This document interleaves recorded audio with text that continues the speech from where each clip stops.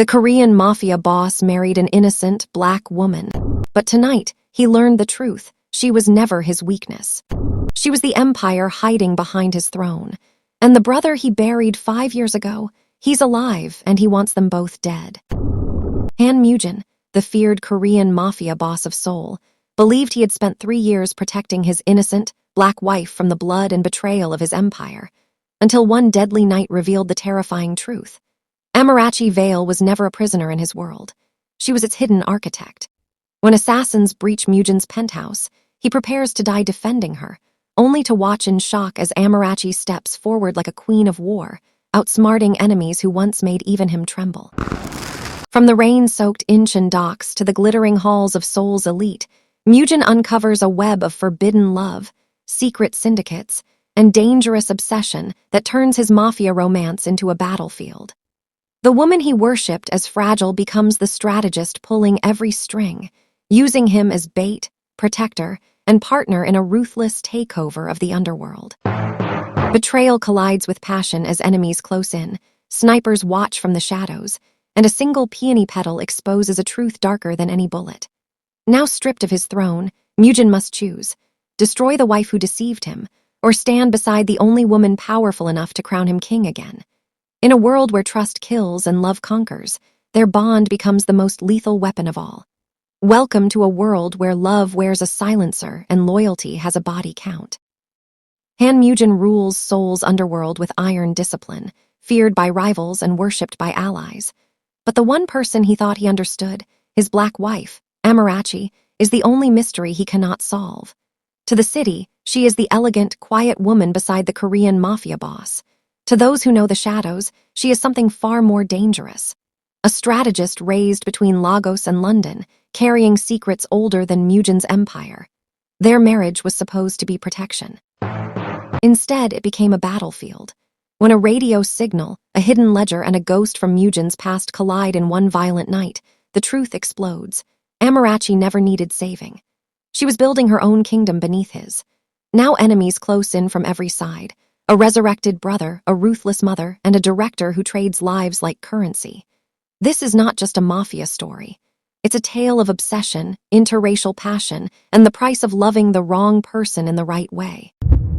In Seoul syndicate stories, kisses start wars and trust ends them.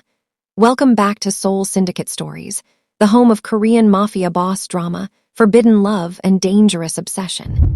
If you love stories filled with betrayal, power dynamics, and irresistible romance, you're in the right place. Hit the subscribe button, tap the notification bell, and give thumbs up so you never miss another heart-stopping episode. This story pulls you deeper into the shadowed underworld of Seoul, where a feared Korean mafia boss rules with silence and violence, and where a single black woman changes everything. What happens when loyalty collides with family bond? When a man built for war meets a love he was never supposed to feel? In the next few minutes, you'll witness a tale of secrets, humiliation, revenge, and forbidden passion. A story so intense it will leave you breathless.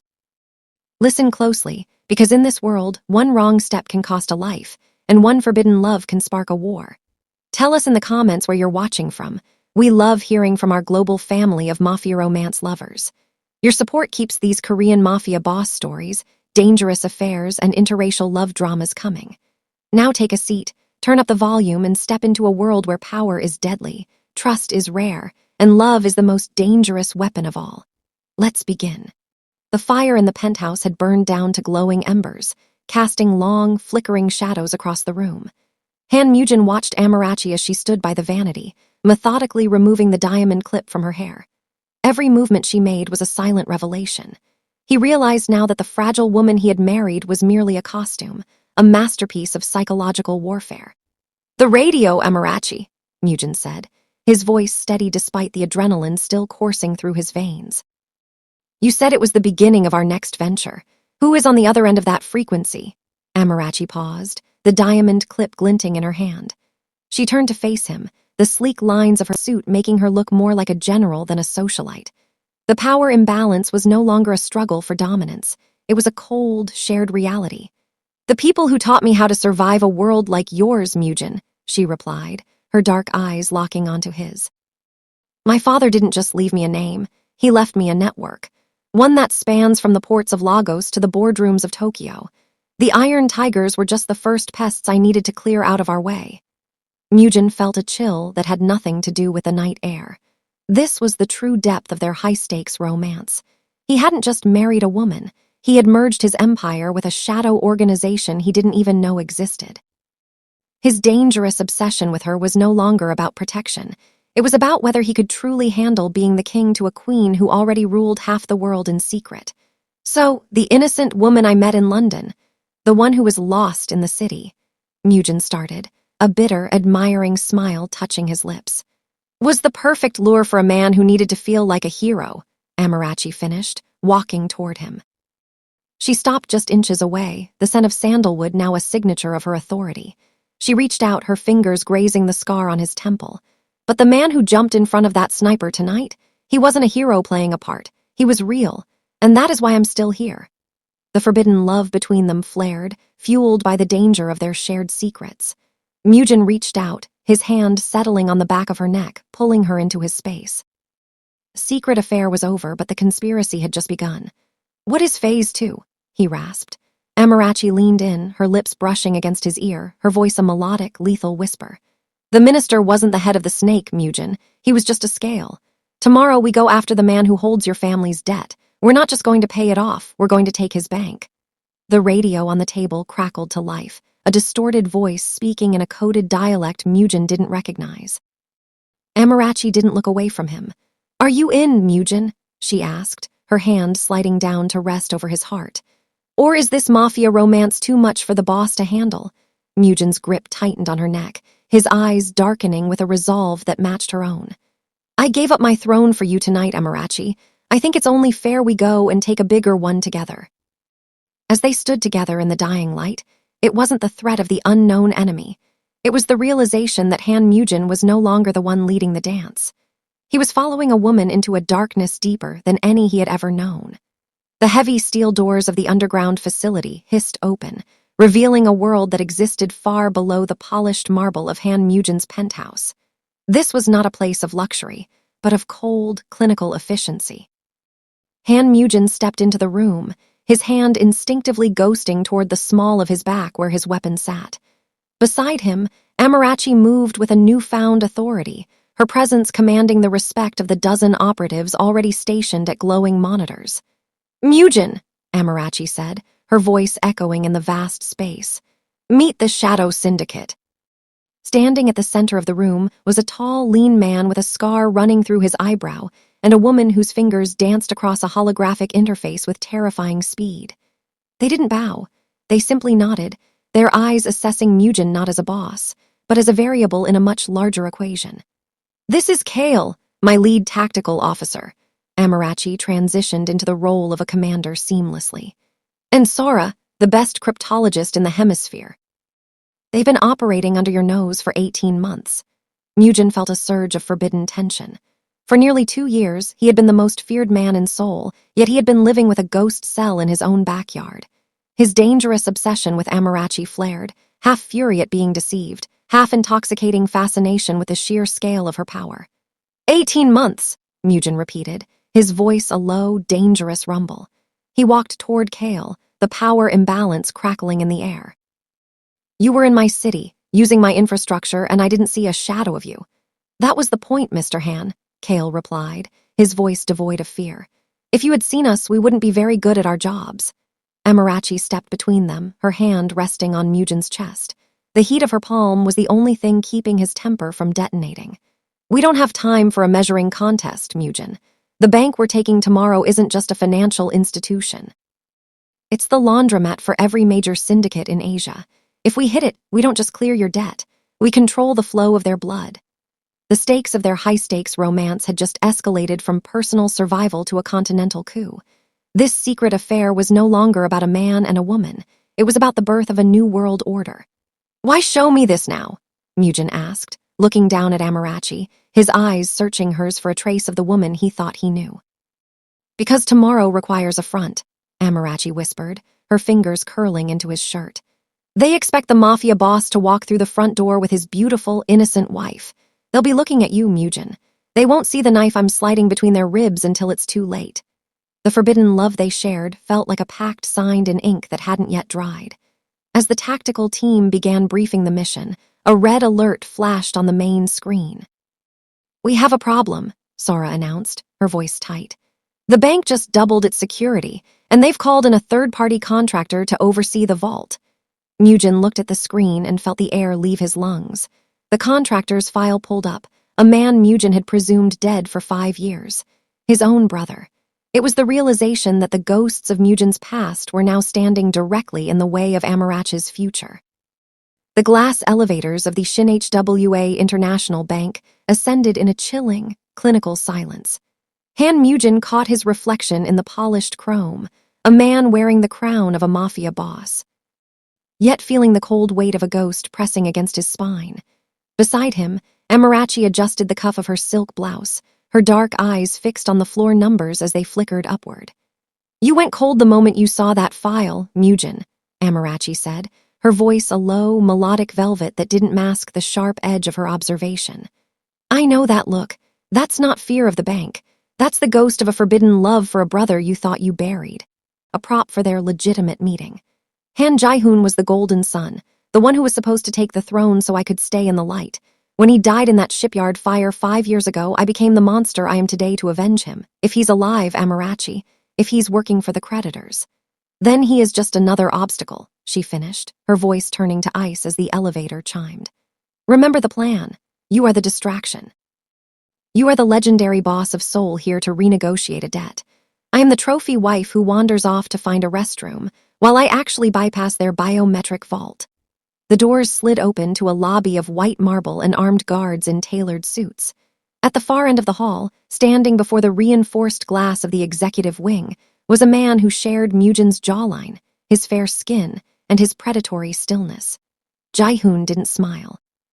He simply adjusted his glasses, his gaze sliding from Mujin to Amarachi with a look of terrifying recognition.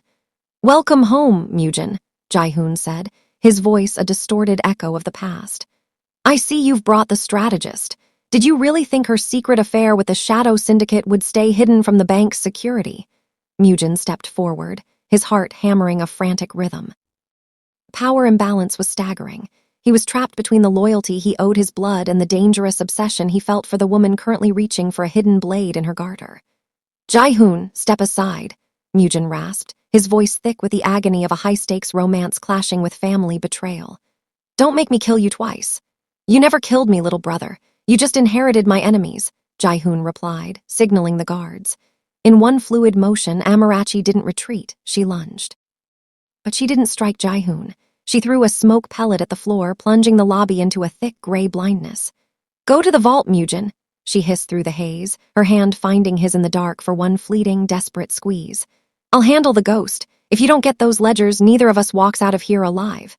Mujin stood frozen for a heartbeat. This was the ultimate test of their forbidden love, to trust her with his brother's life or to trust his brother over her mission. As the sounds of suppressed gunfire echoed through the smoke, Mujin turned toward the vault, his choice made. He was no longer just a protector. He was a partner in a war that demanded blood for every inch of ground. The sound of Jae-hoon's voice came through the smoke, whispering a secret that stopped Mujin in his tracks. "She didn't find you by accident, Mujin. I sent her to you." The smoke in the lobby swirled like a living thing, thick with the scent of sulfur and the metallic tang of high-end security tech. Han Mujin stood frozen, his hand on the heavy biometric handle of the vault. His brother's words, "I sent her to," more lethal than any bullet Jae-hoon had ever fired. The high-stakes romance he had cherished, the belief that he and Amarachi had found each other against all odds in a cold world, shattered into 1,000 jagged pieces. "Liar!" Mujin roared into the haze, his voice a raw, guttural friction. He turned back toward the sound of Jae-hoon's voice, ignoring the red laser sights dancing across his chest. "Is it a lie, Mujin?" Jae-hoon's silhouette stepped through the smoke, calm and untouchable. "Why do you think an elite strategist from a global syndicate just happened to fall for a mid-level boss in Seoul? You were the perfect vessel. I needed someone to hold the throne while I built the bank. I needed someone she could control." Mujin's gaze flickered to the shadows where Amarachi had vanished. The silence from her direction was deafening. This was the ultimate forbidden love, a relationship born not of passion, but of cold, calculated design. His dangerous obsession with her innocence had been the very blindfold Jae-hoon used to lead him to this moment. Suddenly, a silhouette blurred through the gray. Amarachi emerged, but she wasn't looking at Mujin. Her weapon was leveled directly at Jae-hoon's head. Her breathing was shallow, her voluminous curls damp with sweat, but her hand was steady. "He's trying to get inside your head, Mujin," she said, her voice a low, melodic silk that vibrated with a hidden tension. "He's trying to break the bond because he knows that together we can dismantle everything he's built." "Did he send you?" Mujin rasped, his eyes searching hers for a flicker of the woman who had bled for him at the Hyatt. "Tell me the truth, Amarachi. Was our secret affair just a line item in his ledger?" Amarachi's finger tightened on the trigger. The power imbalance in the room was suffocating. She looked at Jae-hoon, then back at Mujin. "He approached me," the words hitting Mujin like a physical blow. "He offered me the Seoul territory if I could manage you, but he made one mistake, Mujin." She stepped closer to her husband, her body shielding him from the guards' line of sight, reclaiming her role as the powerful protector. "He thought I was as cold as he is," she whispered, her dark eyes softening for a fraction of a second. "He didn't realize that I would choose the man over the empire." Jae-hoon laughed, a dry, hollow sound. "A touching sentiment, but the bank already has the final protocol active. If those vault doors don't open with your combined biometrics in the next 60 seconds, the air in this wing is replaced with nitrogen. We all die together."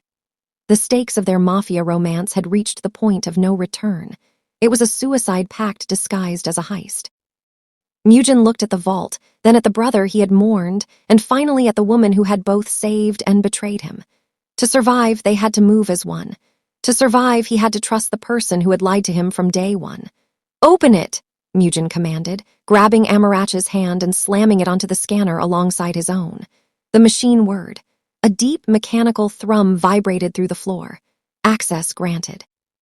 But as the heavy steel doors began to swing open, a notification chimed on Jae-hoon's wrist. He smiled, a slow, terrifying expression. "Thank you, Mujin. I couldn't get the ledgers without your thumbprint. Now meet the real owner of the Shadow Syndicate." It wasn't the opening of the vault. It was the person standing inside the reinforced room, waiting for them with a glass of champagne and a file containing their marriage certificate, marked with a terminated stamp. The vault doors groaned, a massive slab of tungsten and steel receding to reveal not a hoard of gold, but a room of pristine, clinical white. In the center sat a woman who looked like the future and the past all at once. She was older, her deep complexion mapped with the fine lines of a life lived in the highest echelons of global power. Her hair was a silver crown of curls, and her presence was so absolute that even the guards in the hallway seemed to hold their breath. "Mother!" Amarachi's voice was a ghost of a whisper, the first time Mujin had ever heard her sound truly small. The woman set her champagne flute down on a glass desk. "You were always the sentimental one, Amarachi. I told your brother he should have handled the Seoul acquisition himself, but he insisted you were the better actress." Han Mujin felt the world tilt. The Mafia Boss story he thought he was starring in was nothing more than a family business meeting. His wife, his brother, and now the matriarch of the Veil Global Syndicate, they hadn't just been playing him, they had been harvesting him. "Mrs. Veil," Mujin said, his voice dropping to a lethal, guttural tone. He stepped forward, his fair skin taut with a dangerous obsession for the truth. "You've put a lot of effort into a mid-level boss. Why me?" The matriarch stood, her silk robes flowing like liquid smoke. "Because, Han Mujin, you are the only one with the key to the gilded ledger. Your father didn't just leave you a syndicate, he left you the offshore accounts of every politician in East Asia. I needed a way in, and my daughter needed a challenge." She looked at Amarachi, her gaze sharp. "But it seems she's developed a forbidden love that wasn't in the contract. She actually tried to save you at the Hyatt." The power imbalance was now a mountain Mujin couldn't climb. He looked at Amarachi, who stood frozen between her mother's cold ambition and the man she had supposedly been sent to ruin. The forbidden desire he felt for her was now a poison in his veins. "Is that why we're here?" Mujin asked, looking at his wife. "To hand over my father's legacy to your mother." Was that the final protocol? Amarachi didn't look at her mother. She looked at Mujin, her dark eyes filling with a fierce, desperate light. "I didn't know she was the silent partner, Mujin. Jae-hoon told me we were working against her. He told me we were winning our freedom." Jae-hoon stepped into the vault, his face a mask of cold triumph.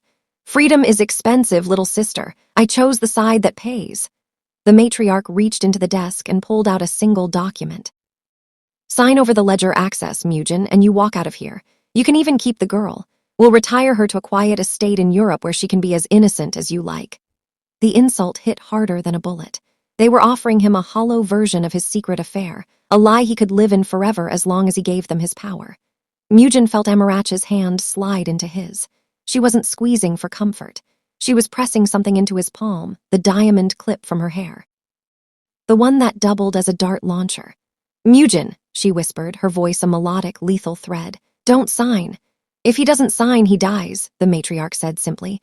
And you go back to Lagos in a cage. It wasn't the threat of death. It was the look on Amarachi's face as she turned toward her mother, her eyes burning with a dangerous obsession of her own.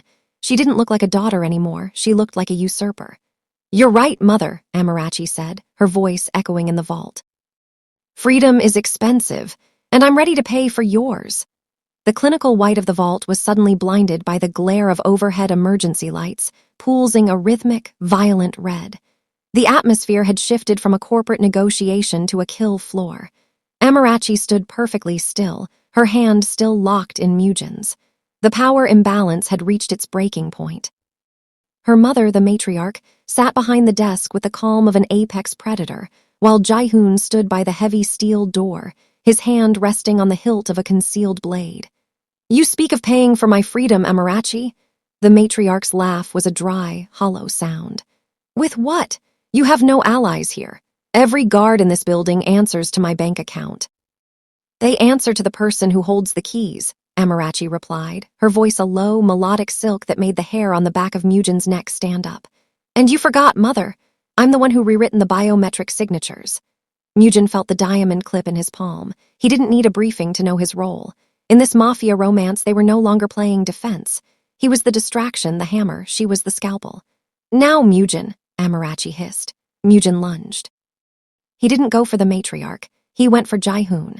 His fair skin was a blur of motion as he tackled his brother, the weight of years of betrayal fueling every strike. They crashed into the reinforced wall, the sound of bone hitting steel echoing through the vault. This wasn't a secret affair or a polite disagreement. This was the brutal resolution of a mafia boss story 5 years in the making. Simultaneously, Amarachi moved. She didn't reach for a gun. She reached for the glass of champagne her mother had left on the desk. With a flick of her wrist, she shattered it against the edge of the table and held the jagged stem to the matriarch's throat. The final protocol isn't yours anymore, Amarachi whispered, her dark eyes flashing with a dangerous obsession for control. I didn't just bypass the vault. I locked the entire building. No one gets in. No one gets out. And in 60 seconds, the server room will erase every trace of the Veil Syndicate's offshore holdings. The matriarch's eyes widened, her composure finally cracking. You would destroy our legacy for him. Amarachi glanced at Mujin, who had Jaehoon pinned to the floor, his forearm pressed against his brother's throat.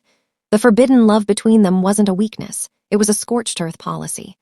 I'm not destroying a legacy, Amarachi said, her voice a chilling promise of a new world order. Taking it. Mujin isn't my distraction, he's my partner, and together we're the new owners of this bank. The floor beneath them began to vibrate. A deep, mechanical groan shuddered through the walls. What have you done? Jaehoon wheezed from beneath Mujin's grip. I triggered the vault's emergency descent, Amarachi said, a lethal smile touching her lips. This room is currently dropping into the sub-basement bunker. We're going to be alone for a very long time, long enough for you to sign over everything. The stakes of their high-stakes romance had reached a fever pitch. As the vault plummeted through the darkness of the elevator shaft, Mujin looked at his wife. She stood over the most powerful woman in the world, a jagged glass shard in her hand, looking like a dark goddess of vengeance. It wasn't the descent, it was the sound of a voice coming over the vault's intercom, a voice that belonged to neither the Veil Syndicate nor Mujin's men. This is the Seoul National Police. We have the building surrounded. You have 10 minutes to surrender the ledgers, or we flood the bunker with gas. Mujin and Amarachi locked eyes. The forbidden desire to survive burned between them, but they were trapped in a steel box with their greatest enemies, and the law was waiting at the bottom. The vault hit the bottom of the shaft with a bone-jarring thud that sent the champagne flute spinning across the floor. The red emergency lights flickered, then died, plunging the bunker into a suffocating velvet darkness. The only sound was the frantic hiss of the ventilation system, the precursor to the gas promised by the police above. 10 minutes, Han Mujin rasped, releasing his grip on Jae-hoon's throat. He stood in the dark, his fair skin ghostly as he searched for Amarachi. They don't want the criminals, Amarachi. They want the ledgers. They'll kill us all to keep those names from leaking. A flare sparked in the dark. Amarachi stood over her mother, holding a tactical light she'd pulled from beneath the desk. The beam cut through the shadows, highlighting the forbidden tension written across her face. This was no longer a mafia boss story about territory. It was a desperate scramble for air. There's a maintenance hatch, the matriarch whispered, her voice cracking as she clutched her bruised throat. But it only opens from the outside. One person has to stay to manually override the hydraulic locks. One person has to be the sacrifice. Jae-hoon scrambled to his feet, coughing. I'll go. I know the layout of the sub-basement better than anyone. No, Amarachi countered, her voice a low, melodic silk that carried a warning. You'll run the moment you're out. You've already proven your loyalty is for sale. She turned to Mujin. The high-stakes romance that had defined their last few months seemed to crystallize in that look. Her dangerous obsession with him wasn't just about power anymore. It was about the life they had glimpsed in the quiet moments of their secret affair. Mujin, take the ledgers, she said, her voice trembling for the first time. I know the override codes. I'll stay. I'll hold the door. Absolutely not, Mujin roared, stepping into her light. He grabbed her shoulders, his fingers digging into the velvet of her gown. I didn't trade my throne just to watch you die in a hole, Amarachi. This forbidden love doesn't end in a bunker. If we both stay, we both die, she cried, her dark eyes filling with tears. My mother has the codes for the offshore accounts. You have the political leverage. Together, you can rebuild. Without the ledgers, we're just 2 more bodies in the morgue. The power imbalance had flipped again. She was offering herself as the ultimate powerful protector, the martyr for the empire they had barely begun to build. Mujin looked at the matriarch, then at Jae-hoon. A cold, lethal clarity settled over him. There is a third option. He turned toward his brother. Jae-hoon's eyes widened as he saw the look in Mujin's gaze, the look of a man who had finally embraced the monster his mafia romance had demanded of him. You said you wanted to take my place, Jae-hoon, Mujin said, his voice dropping to a guttural, predatory tone. You wanted the throne. Well, here it is, the throne of the vault. Mujin, no, Amarachi whispered, but she didn't move to stop him. Mujin stepped toward his brother, the weight of their childhood and the bitterness of the shipyard fire fueling his resolve. You're going to stay here. You're going to open that hatch, and you're going to feed the police the false ledgers we planted in the server room. You're going to give us the time to disappear. And why would I do that? Jae-hoon spat, backing away. Mujin pulled the diamond clip, the dart launcher, from his pocket and leveled it at Jae-hoon's heart. Because if you don't, I'll kill you right now, and Amarachi and I will die together anyway. At least this way, you have a chance to negotiate for your life. The ventilation system let out a sharp, metallic whine. The gas was coming. It wasn't the police or the gas. It was the sound of the maintenance hatch beginning to groan open from the inside, before Mujin or Jae-hoon had touched it. A new shadow stepped into the vault, wearing the uniform of the Seoul National Police, but with a tattoo on his neck that Mujin recognized instantly. The mark of the Shadow Syndicate. The Queen's transport is ready, the officer said, ignoring Mujin and bowing to Amarachi. But we have a problem. Your mother's security just activated the self-destruct. We have 90 seconds. The walls of the bunker didn't just shake. They groaned with the sound of thousands of tons of concrete preparing to pancake.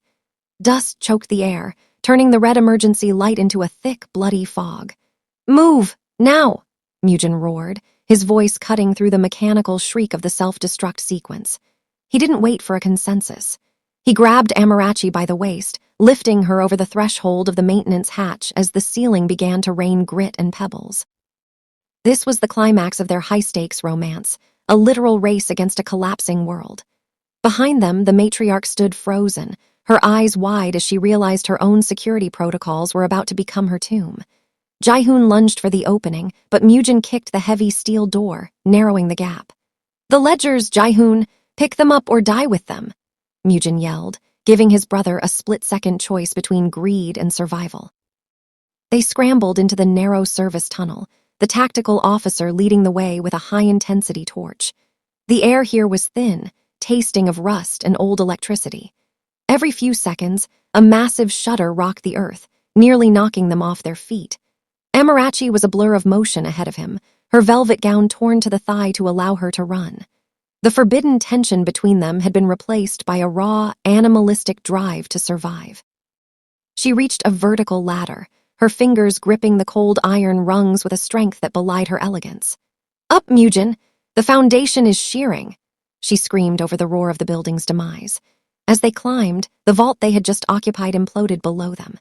The sound was a dull, bass-heavy thud that vibrated through their very bones. The Mafia Boss story of Han Mujin was being buried in ash, and in its place, a much darker, more clandestine legend was being born. They burst through a heavy manhole cover into a rainy alleyway 3 blocks from the bank. Mujin hauled himself out, gasping for air, and immediately reached back down to pull Amarachi into the rain. They collapsed against each other in the shadows, their chests heaving, their fair and deep complexions slick with sweat and grime. The bank didn't just fall, it folded. A slow-motion nightmare of glass and steel sinking into the Seoul skyline. "Jae-hoon!" Amarachi rasped, looking at the manhole. The cover didn't move. "He made his choice," Mujin said, his voice a jagged sliver of grief and finality. He pulled her closer, his dangerous obsession with her safety finally finding a moment of rest. They had lost the bank, they had lost the ledgers, and they had likely lost their families. But as the sirens of the Seoul National Police drew closer, the tactical officer stepped toward them, holding a black encrypted tablet that had survived the descent. "Ma'am," he said, his voice calm amidst the chaos. "The server room didn't erase the ledgers. It uploaded them to the cloud. You now have the private keys to every offshore account in the Pacific Rim." Amarachi looked at the screen, then at Mujin. The forbidden love they shared was no longer a liability. It was the only thing left standing in a world of ghosts. "We're not running anymore, are we?" Mujin asked, a lethal, dark smile touching his lips as he realized the power they now held. Amarachi stood up, the rain washing the soot from her face, her eyes burning with a cold, royal fire. "No, Mujin, we're rebuilding. And this time we don't do it from a penthouse. We do it from the shadows." That wasn't the police cars turning the corner into the alley. It was the incoming call on the tablet from a restricted number in London, the same city where their secret affair had begun. The caller ID simply read, "The Director." The rainy streets of Seoul were 1,000 miles behind them, replaced by the heavy, oppressive fog of a London winter. Han Mujin stood by the floor-to-ceiling windows of a safe house in Mayfair, staring out at the blurred lights of Park Lane. He looked different. The polished, untouchable aura of the Seoul Mafia Boss had been stripped away, replaced by the hardened, hungry edge of a man who had survived his own funeral. His fair skin was pale against the black turtleneck he wore, his hand tracing the cold glass as if searching for a way out of the web they were spinning. "The Director is waiting, Mujin."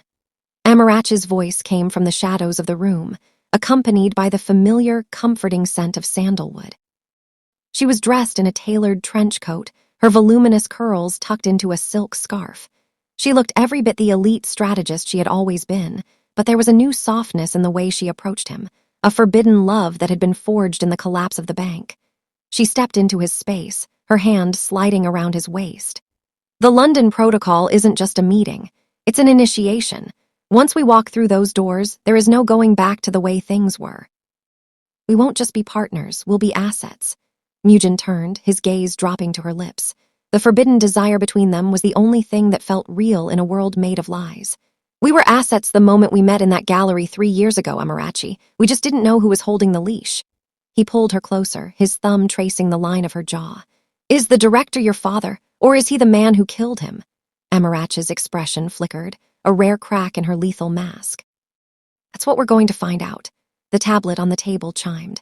A GPS coordinate appeared, pulsing like a heartbeat in the center of the city of London, the financial district. Beneath the coordinate was a single line of text. "Bring the gilded ledger, come alone." "Alone," Mujin rasped, his dangerous obsession with her safety flaring up. "I'm not letting you walk into a den of vipers without me." "The Director doesn't mean me alone, Mujin," Amarachi whispered, her eyes locking onto his. "He means us, without the syndicate, without your men, just the king and his queen." The stakes of their high-stakes romance had gone global. They were no longer fighting for a city, they were fighting for a seat at a table that controlled nations. Their secret affair had become a geopolitical gambit. They left the safe house and headed into the London night, the tires of their black sedan hissing on the wet pavement. They pulled up to an inconspicuous, centuries-old townhouse near the Thames. There were no guards, no cameras, only a heavy oak door with a brass knocker in the shape of a lion's head. The door opened before they could knock. The interior was a sharp contrast to the historic exterior. It was a cathedral of glass and high-tech surveillance, screens flickering with data from every corner of the globe. At the far end of the hall, silhouetted against a wall of monitors, stood a man whose very presence seemed to bend the light around him. He didn't turn around. "You're late, Amarachi." "And you brought a guest I didn't authorize." "Mujin isn't a guest," Amarachi said, her voice a chilling, melodic silk. "He's the other half of the key." The man turned slowly. He was younger than Mujin expected, with eyes that looked like they had seen the birth and death of empires. He looked at Mujin, then at the tablet in Amarachi's hand. "The Gilded Ledger," the director said, his voice a low, cultured hum. "It's a beautiful weapon, but you forgot one thing, Amarachi. To use a weapon, you have to be willing to bleed." He pressed a button on his desk, and the monitors changed. They showed the safe house they had just left. It was surrounded by armed men in tactical gear, not the shadow syndicate and not the police. "Who are they?" Mujin demanded, his hand reaching for the weapon at his hip. "The people who really own your debt, Mujin," the director replied, a ghost of a smile touching his lips. "And they don't want the ledger. They want the woman holding it." It wasn't the men at the safe house. It was the realization that the director wasn't there to recruit them. He was there to trade them. The director's smile was a thin, bloodless line as the monitors flickered, showing the black-clad extraction team breaching the safe house they had occupied only 20 minutes prior. "You think this is a negotiation?" the director murmured, leaning back into his leather chair. "You've spent so long playing a mafia boss in the East that you've forgotten how the old world operates." "Information isn't power, Amarachi. Leverage is." Mujin didn't wait for the dialogue to finish. The forbidden tension that had been simmering in his gut since they touched down at Heathrow boiled over. In one fluid, explosive motion, he drew his suppressed sidearm and leveled it at the director's throat. "Tell them to stand down," Mujin rasped, his fair skin taut with a dangerous obsession that prioritized Amarachi's life over every geopolitical secret in the room. "I don't care about your protocols or your history. If those men move another inch toward her, I will paint this cathedral with your brains." Amarachi didn't flinch at the weapon in Mujin's hand. Instead, she stepped forward, her heels clicking sharply on the polished floor. She looked at the director, the man who held the keys to her past, and then at the monitors. "You're making a mistake," she said, her voice a chilling, melodic silk. "You think you're trading us to the high table to save your own skin. But you forgot one detail, director. I didn't just bring the ledger. I linked it to your personal biometric signature the moment I stepped over the threshold." The director's eyes widened, his calm facade finally cracking. He lunged for his keyboard, but Amarachi was faster. She held up her phone, her thumb hovering over a single red icon. "If my heart rate spikes too high, if Mujin pulls that trigger, or if your team touches me, the Gilded Ledger doesn't just upload. It self-destructs, and it takes every one of your offshore shell companies with it. We'll be poor, director, but you'll be dead." The power imbalance in the room shifted with the weight of a falling mountain. Mujin felt a surge of forbidden love so fierce it was almost painful. This was the woman he had married, not a victim to be shielded, but a powerful protector who played God with the world's economy. "You're bluffing," the director hissed, though his hand was trembling. "Try me," Amarachi whispered. "I've already burned down a bank in Seoul. What's one townhouse in London?" Suddenly, the heavy oak doors of the study blew inward. The sound was deafening, a flashbang that turned the world to white. Mujin tackled Amarachi to the floor, his broad frame a shield against the splintering wood and glass. Smoke filled the room, and through the haze, the tactical team burst in, their red laser sights cutting through the dark like hungry ghosts. "Go! The balcony!" Mujin yelled over the roar of gunfire. They scrambled toward the French doors leading to a narrow terrace overlooking the Thames. Mujin returned fire, his surgical precision holding the line while Amarachi bypassed the electronic lock. They burst into the cold London air, the rain stinging their faces. Below them, the black water of the river churned. There was no backup, no shadow syndicate, just two lovers trapped in a high-stakes romance that had officially turned the entire world against them. "We have to jump," Amarachi said, looking at the 50-foot drop into the freezing current. Mujin looked at her, the forbidden desire to keep her safe clashing with the reality of their situation. He grabbed her hand, their fingers locking just as the first tactical operative stepped onto the balcony. "Together?" he asked. "Always," she replied. As they leaped into the void, it wasn't the fall. It was the sight of a figure standing on the opposite bank of the Thames, a man Mujin recognized from the shipyard fire, a man who shouldn't have been there. It wasn't his brother. It was his father. The impact with the Thames was like slamming into a wall of liquid ice. The freezing current clawed at Han Mujin's lungs, threatening to drag him into the black depths, but his grip on Amarachi never faltered. They surfaced 10 yards downstream, gasping for air, the London fog swallowing the shouts of the gunmen above. They scrambled onto the muddy banks beneath the Blackfriars Bridge, shivering and slick with oil. Mujin pulled Amarachi into the shadow of a stone pillar, his fair skin blue-tinged from the cold. He began to check her for wounds, his hands shaking, not from the chill, but from the dangerous obsession that she might be hurt. "I'm fine, Mujin," she rasped, coughing up river water. She reached out, her fingers digging into his wet coat. "Look, across the water." Mujin turned. Standing near the edge of the promenade, partially obscured by the mist, was a silhouette that defied the laws of life and death. The man wore a heavy wool overcoat, his posture rigid and commanding, the same posture Mujin had spent a lifetime trying to emulate. The man raised a hand, a slow, deliberate gesture. In the dim light, the gold signet ring on his finger caught a stray beam from a street lamp. The Han family crest. "It's impossible," Mujin whispered, the words dying in his throat. "I watched the shipyard burn. I saw the dental records. My father is dead." "In our world, Mujin, death is just another way to change the subject," a voice boomed, not from across the river, but from a speaker hidden in the bridge's masonry. The silhouette began to walk toward them, crossing the pedestrian bridge with a slow, rhythmic gait. As he entered the glow of a flickering lamp, the face of Han Di-young emerged from the fog. He looked older, his fair skin mapped with burn scars, but his eyes were the same cold, calculating stones Mujin remembered from his childhood. "You've grown, Mujin," Di-young said, his voice echoing under the bridge. "And you've chosen a wife who is far more capable than I hoped, but you're still playing the wrong game." Amarachi stepped in front of Mujin, her dark eyes narrowing with a lethal suspicion. The power imbalance had shifted again. This wasn't just a mafia boss story. This was the source code of their lives. "You're the one who brokered the deal with my mother, aren't you? The union of the Han and Vale families wasn't for peace. It was for the ledger." Di-young stopped 10 feet away. "The ledger is only half of it, Amarachi. The Han family had the data, but the Vale family had the distribution. I didn't send you to Mujin to manage him. I sent you to protect the asset until I was ready to reclaim it." "The asset?" Mujin asked, his voice dropping to a guttural, predatory tone.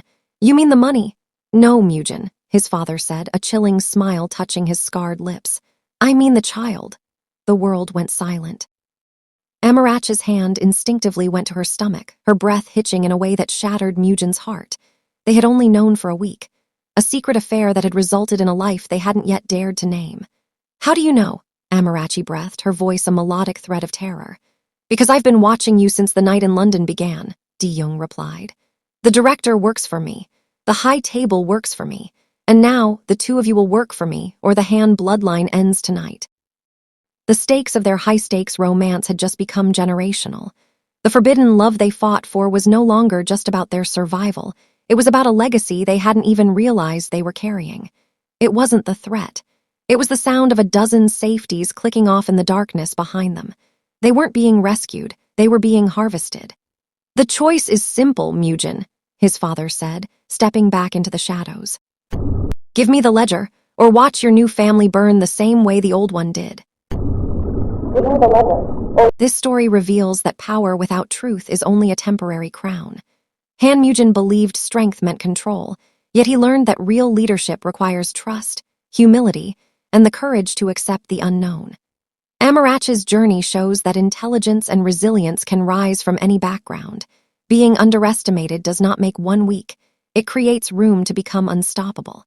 Another lesson is that love built on deception becomes a battlefield. Forbidden passion may feel intense, but without honesty it turns into a weapon that wounds both hearts. Mujin and Amarachi discovered that loyalty is not proven by words or titles, but by sacrifice in moments when betrayal would be easier. Family is also portrayed as both shelter and storm. Blood ties did not guarantee protection. Mujin's brother and father proved that greed could poison even sacred bonds. The story warns that blind devotion to family or tradition can trap a person in cycles of violence.